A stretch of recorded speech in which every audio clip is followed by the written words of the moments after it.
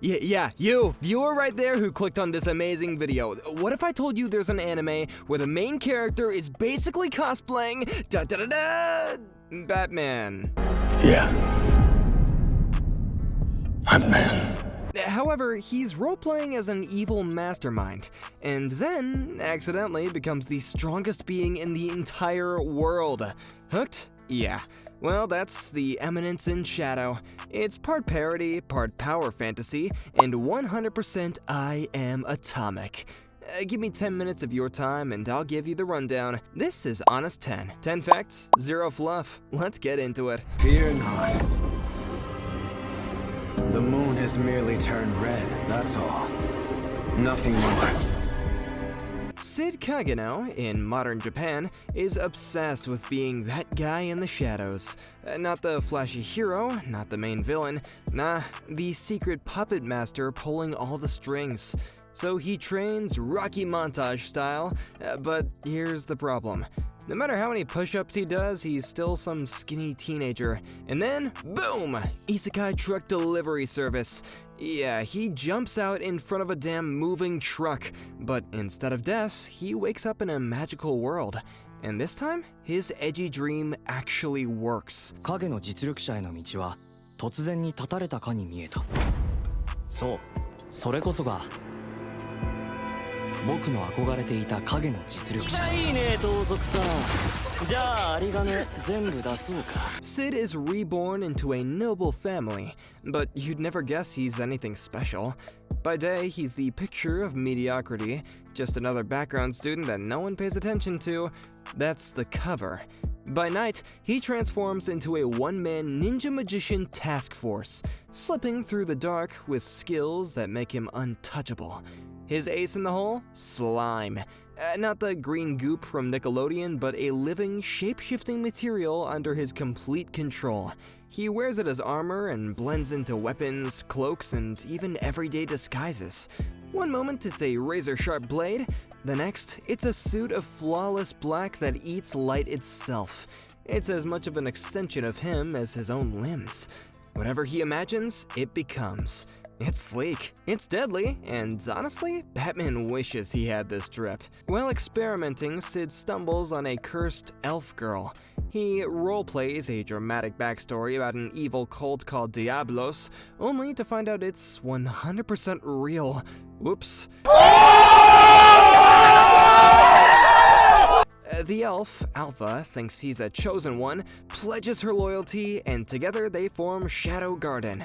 Soon, she recruits 6 other cursed girls: Beta, Gamma, Delta, Epsilon, Zeta, and Eta. Now Sid's LARP squad is an elite underground organization, and he's stuck as their leader. Lucky guy. Wow! 影に潜み、影を狩る者。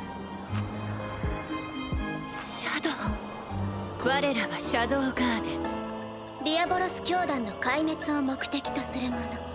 When his sister Claire gets kidnapped by cultists, Shadow Garden rolls out. Sid reveals his insane combat power, deleting enemies like it's a speed run. Like it's actually easy work. The girls see him as their messiah. Sid, he just thinks he's acting cool. To keep his cover, Sid goes to a magic academy. Through a dumb bet, he ends up fake dating Princess Alexia. She's like using this guy to avoid marriage. Then she gets kidnapped. Yes, another kidnapping. What? Everyone blames Sid. Big mistake. He flips into shadow mode, saves her, and bodies cult experiments with one line burned into anime history. I am atomic. 真の最強をその身に刻め。これAtomic.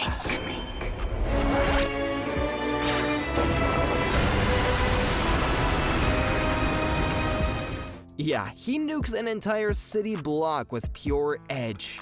The cult is creating super soldiers with demon cells. Shadow claps them like they're happy and they know it, swats them down like they're mosquitoes.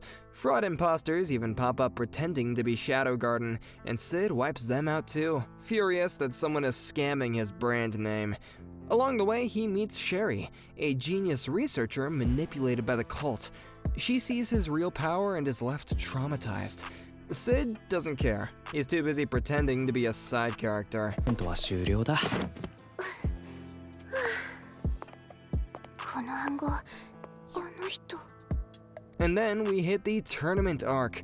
Fighters from all around the world show up, and Sid enters as Mundane Man, basically the dollar store version of himself, acting weak while secretly humiliating everyone. His trolling is god tier. He clowns on princesses, champions, and even royalty, while the audience can't even figure out if he's a genius or an idiot. Answer? Both. Rose Oriana, a princess forced into a corrupt marriage, rebels thanks to Sid's influence and eventually joins Shadow Garden. The squad keeps on getting bigger like a multi-level marketing scam, but with swords.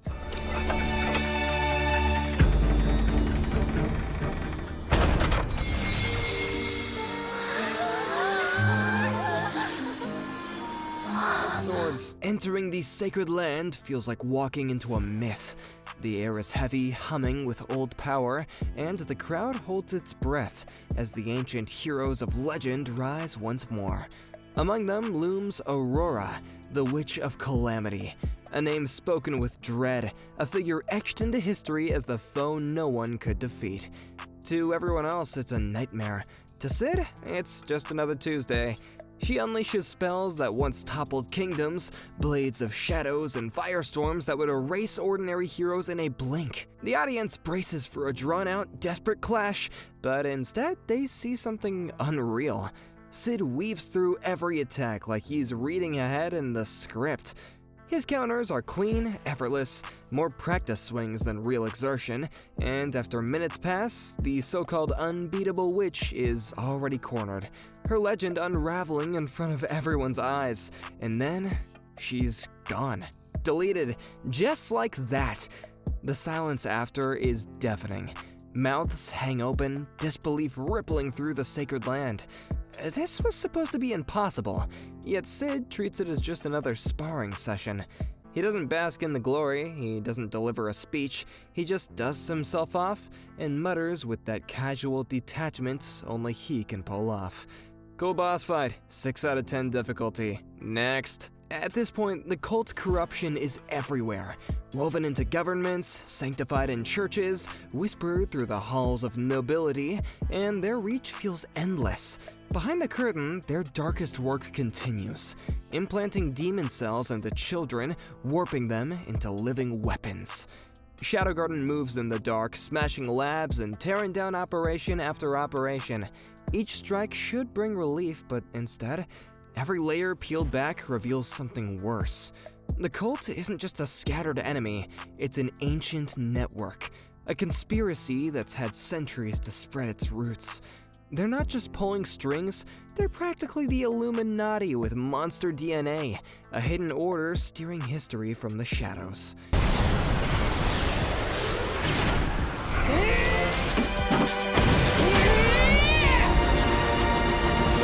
Let's continue. And do try not to fall off, won't you? Well, through ordinary water.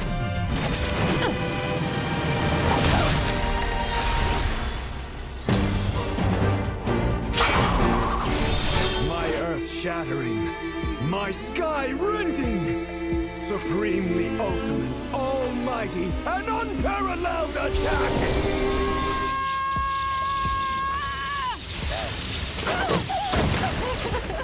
When we get to the Bushin festival battles, Shadow finally throws hands in front of the world. Yeah, in front of the whole world, baby. And Princess Iris, Beatrice, the war goddess, doesn't matter. He wipes the floor with them. Tyson style while monologuing like he's auditioning for a villain role in JoJo's Bizarre Adventure. By the end, Shadow Garden isn't just a made-up shadow group anymore, it is the global powerhouse. And Sid, he's still sneaking around pretending he's just some guy in the background. And that's 10. That's season 1 of Eminence in Shadow. It's part parody, part power trip, and somehow both serious and hilarious. Sid's dream of being the ultimate background mastermind accidentally fulfilled. But now, I want to hear from you. Is Sid a genius or just the luckiest LARPer in anime history? Drop your take in the comments down below, smash that like button harder than Sid nukes a city with I Am Atomic, and subscribe for 10 more anime chaos recaps. Until then, stay in the shadows. Peace!